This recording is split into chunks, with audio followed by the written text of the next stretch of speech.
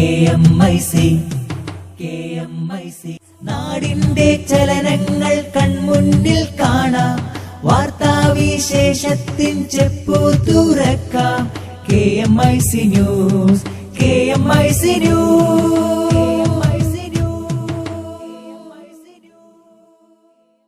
അസ്സലാമു അലൈക്കും വറഹ്മത്തുള്ളാഹി വബറകാതുഹു.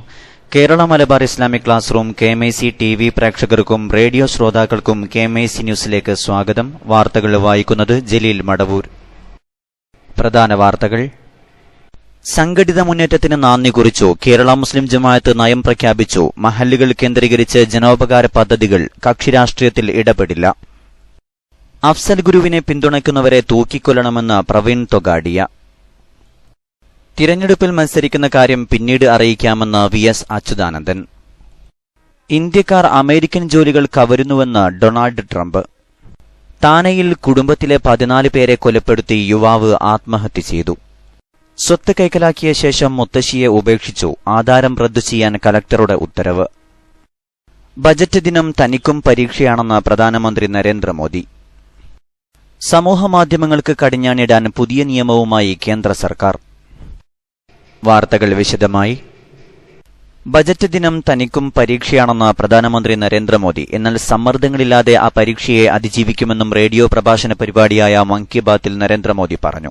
വിദ്യാർത്ഥികൾക്ക് പരീക്ഷകളെ അഭിമുഖീകരിക്കാനുള്ള നിർദ്ദേശങ്ങൾ നൽകുന്നതിനിടെയാണ് നാളത്തെ കേന്ദ്ര ബജറ്റിനെക്കുറിച്ച് പ്രധാനമന്ത്രി പരാമർശിച്ചത്. ഇത്തവണത്തേത് വിദ്യാർത്ഥികൾക്ക് വേണ്ടിയുള്ള പ്രത്യേക മൻ കി ബാത്ത് ആയിരുന്നെങ്കിലും JNU പ്രശ്നം, രോഹിത് വെമുലയുടെ ആത്മഹത്യ തുടങ്ങിയ വിവാദ വിഷയങ്ങളെക്കുറിച്ചോ വിദ്യാർത്ഥി പ്രതിഷേധങ്ങളെക്കുറിച്ചോ നരേന്ദ്രമോദി പരാമർശിച്ചില്ല. പരീക്ഷാ പേടിയുടെ പേരിൽ വിദ്യാർത്ഥികൾ നേരിടുന്ന മാനസിക സമ്മർദ്ദത്തിൽ ആശങ്കയുണ്ടെന്ന് മോദി പറഞ്ഞു.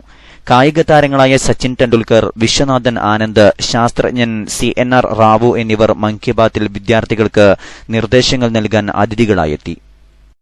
തിരഞ്ഞെടുപ്പിൽ മത്സരിക്കുന്ന കാര്യം പിന്നീട് അറിയിക്കാമെന്ന് പ്രതിപക്ഷ നേതാവ് VS അച്യുതാനന്ദൻ. പിന്നീട് വിശദമായി പ്രതികരിക്കാമെന്നും VS പറഞ്ഞു. മത്സരിക്കുന്നതിനെക്കുറിച്ചുള്ള മാധ്യമപ്രവർത്തകരുടെ ചോദ്യത്തോട് പ്രതികരിക്കുകയായിരുന്നു അദ്ദേഹം.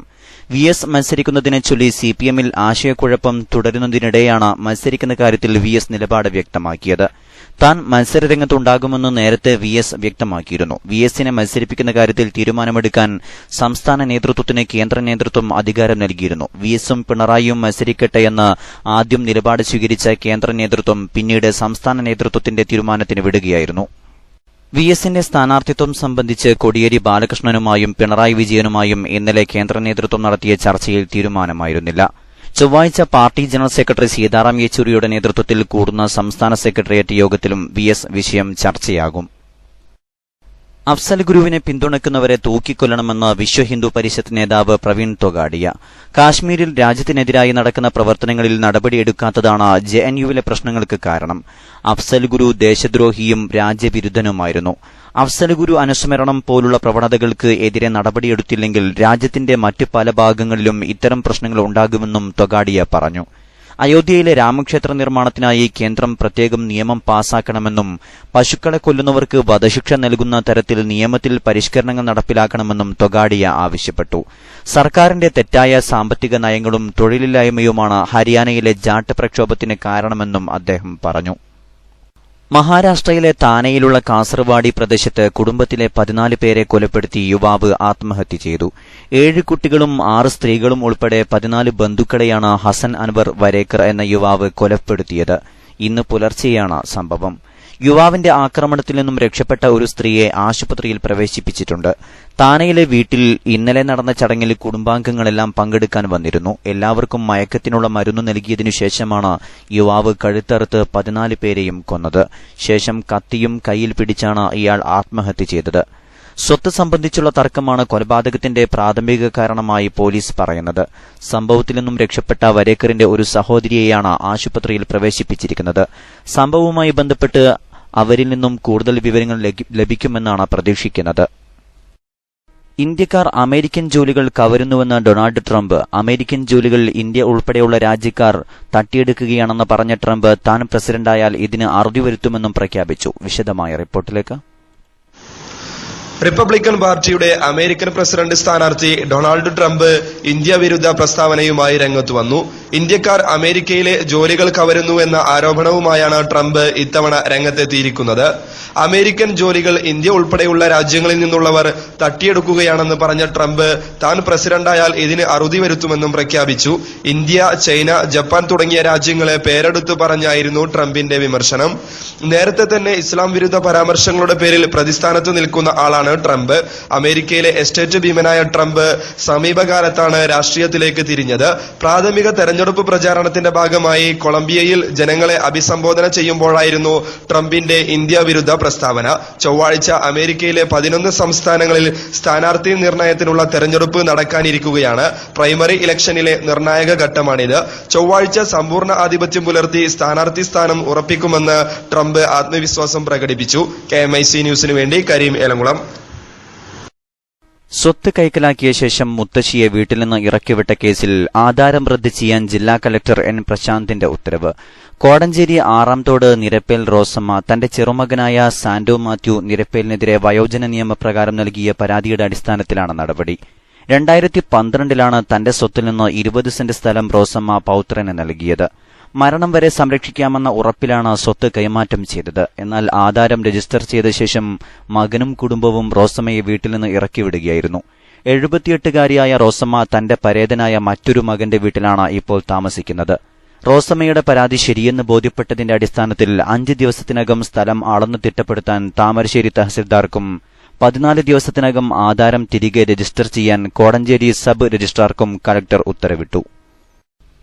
സമൂഹമാധ്യമങ്ങളിലെ അഭിപ്രായ സ്വാതന്ത്ര്യത്തിന് കടിഞ്ഞാണിടാൻ പുതിയ നിയമവുമായി കേന്ദ്ര സർക്കാർ. സുപ്രീംകോടതി റദ്ദാക്കിയ IT നിയമത്തിലെ 66A വകുപ്പിനു പകരം പിഴവില്ലാത്ത മറ്റൊരു വകുപ്പ് കൂട്ടിച്ചേർത്ത് അഭിപ്രായ സ്വാതന്ത്ര്യത്തിന് തടയിടാനാണ് സർക്കാർ ഉദ്ദേശിക്കുന്നത്. സമൂഹമാധ്യമങ്ങളിലൂടെ ഭീകരവാദം വളർത്തുന്നതും ക്രമസമാധാനം തകർക്കുന്നതുമായ പോസ്റ്റുകൾ പരക്കുന്നത് തടയുക എന്നതാണ് പുതിയ നിയമത്തിന്റെ ഉദ്ദേശ്യമെന്നാണ് സർക്കാർ ന്യായം. റദ്ദാക്കിയ 66A വകുപ്പിലെ കർശന വ്യവസ്ഥകൾക്ക് പകരം താരതമ്യേന മയപ്പെടുത്തിയ വ്യവസ്ഥകളായിരിക്കും നിയമഭേദഗതിയിലുണ്ടാവുക എന്നാണ് അറിയുന്നത്. ഏതൊക്കെ കുറ്റകൃത്യങ്ങളാണ് പുതിയ വകുപ്പിന്റെ പരിധിയിൽ വരിക എന്നതിനെക്കുറിച്ചും കൂടുതൽ വ്യക്തതയുണ്ടാവും. കേന്ദ്ര സർക്കാർ നിയോഗിച്ച വിദഗ്ധ സമിതിയുടെ ഭേദഗതി നിർദ്ദേശം കേന്ദ്ര ആഭ്യന്തര മന്ത്രാലയം സൂക്ഷ്മ പരിശോധന നടത്തിവരികയാണ്. ആഭ്യന്തര മന്ത്രാലയം അനുമതി നൽകിയാൽ IT മന്ത്രാലയമായിരിക്കും മതിയായ കൂടിയാലോചനകൾ നടത്തി നിയമ ഭേദഗതി പാർലമെന്റിൽ കൊണ്ടുവരിക. ഇടവേളയ്ക്കു ശേഷം വാർത്തകൾ തുടരും.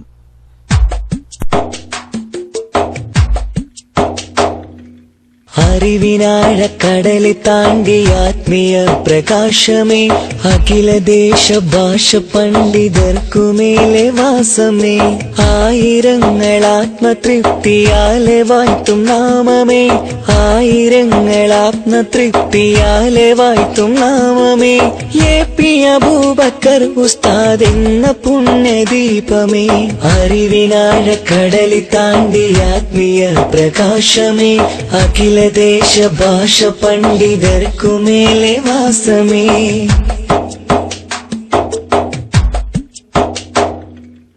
എന്നും യതീമിന് താങ്ങ് തണൽ വിരിച്ച വൃക്ഷമേ, എങ്ങുമെങ്ങും അറിവിൻ ഗോപുരങ്ങൾ തീർത്ത സത്യമേ,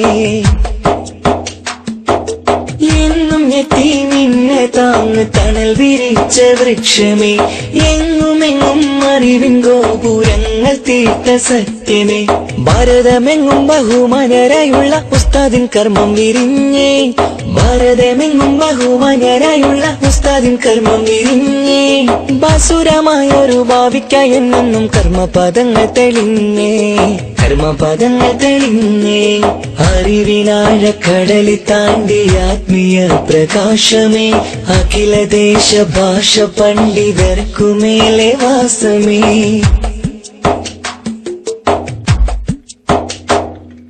കാരന്തൂരിലെ മർക്കസിൽ അറിവിന്റെ മുത്തുകൾ പൂത്തേ, കാലഘട്ടത്തിനാകെ കൗതുക പൂക്കളായി വളർന്നേ,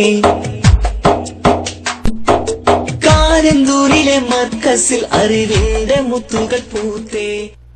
വാർത്തകൾ തുടരുന്നു. സംഘടനാ വാർത്തകൾ. മതമൂല്യങ്ങളെ മുറുകെ പിടിച്ച് കേരളത്തിന്റെ സാമൂഹിക സാംസ്കാരിക രാഷ്ട്രീയ മണ്ഡലത്തിൽ മുസ്ലിം ജനവിഭാഗങ്ങൾക്ക് ഇനി കേരള മുസ്ലിം ജമാഅത്ത് ദിശാബോധം നൽകും. രാജ്യത്തിന്റെ ഭരണഘടനയ്ക്കും നിയമാവലിക്കും ഉള്ളിൽ നിന്ന് അർഹതപ്പെട്ട ന്യൂനപക്ഷ അവകാശങ്ങൾ നേടിയെടുക്കാൻ സംഘടിത മുന്നേറ്റമാണ് കേരള മുസ്ലിം ജമാഅത്ത് ലക്ഷ്യം വെക്കുന്നത്.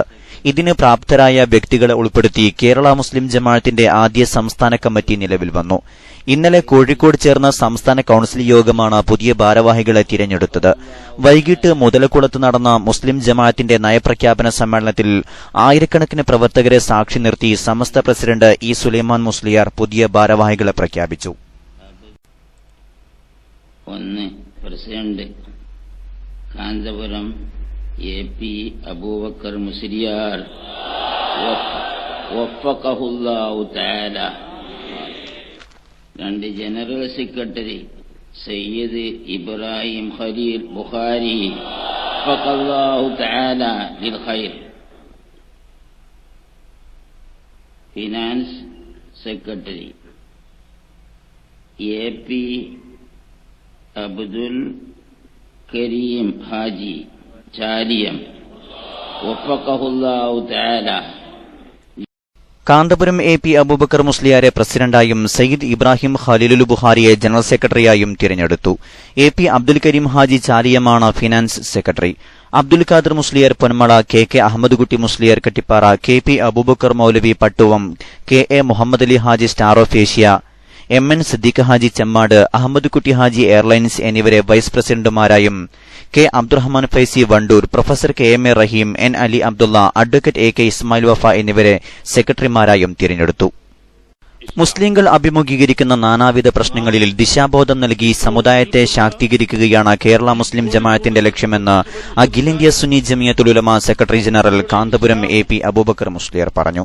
കേരള മുസ്ലിം ജമാഅത്ത് സംസ്ഥാന കമ്മിറ്റി രൂപവൽക്കരണത്തോടനുബന്ധിച്ച് മുതലക്കുളത്ത് നടന്ന പൊതുസമ്മേളനത്തിൽ സംഘടനയുടെ നയപ്രഖ്യാപനം നടത്തുകയായിരുന്നു അദ്ദേഹം. ബഹുസ്വര സമൂഹത്തിൽ സ്വത്വം നിലനിർത്തി ജീവിക്കുമ്പോഴും ഇതര ജനവിഭാഗങ്ങളുമായി സൌഹൃദം നിറഞ്ഞ അന്തരീക്ഷം നിലനിർത്താൻ എക്കാലവും മുസ്ലിം ജമാഅത്ത് പ്രതിജ്ഞാബദ്ധമായിരിക്കും.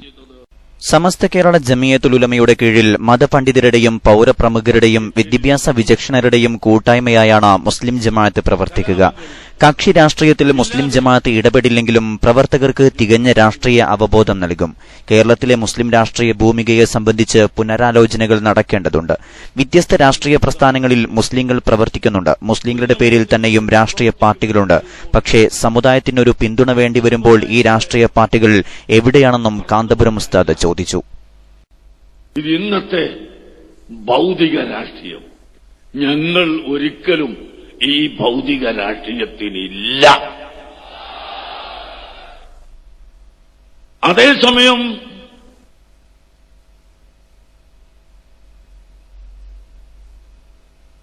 ഭൗതിക രാഷ്ട്രീയം ഉപയോഗിച്ചുകൊണ്ട് മുസ്ലിം സമുദായത്തെ അടിച്ചമർത്താൻ ആരെങ്കിലും ശ്രമിക്കുന്നുവെങ്കിൽ അതിനെ ഞാൻ നേരത്തെ പറഞ്ഞതുപോലെ നിയമത്തിന്റെ ഉള്ളിൽ നിന്നുകൊണ്ട് നിയമവിധേയമായി ചോദ്യം ചെയ്യാൻ തക്ക സമയത്ത് ആവശ്യമായ നടപടികൾ എടുത്തുകൊണ്ട് ഈ രാജ്യത്തിന്റെ നന്മ നിലനിർത്താൻ ഞങ്ങൾ പ്രവർത്തിക്കുക തന്നെ ചെയ്യും. രാഷ്ട്രീയമല്ല എന്ന് പറഞ്ഞാൽ അടങ്ങി ഇങ്ങനെ നിൽക്കുക. നിങ്ങൾ എന്ത് കളിച്ചാലും നിങ്ങൾ എന്ത് ചെയ്താലും ഇവിടെ ഞങ്ങൾ മിണ്ടൂല എന്നൊന്നും അതിനർത്ഥമല്ല. ആവശ്യം വരുമ്പോൾ ഇൻഷാ അല്ലാഹ് ഞങ്ങൾ ശ്രദ്ധിക്കുകയും പറയുകയും ചെയ്യും. രാഷ്ട്രീയമായി സംഘടിക്കുകയില്ല എന്ന് ആവർത്തിച്ച് ആണയിട്ട് പറയുന്നു. ദുർവ്യാഖ്യാനം ചെയ്യണ്ട.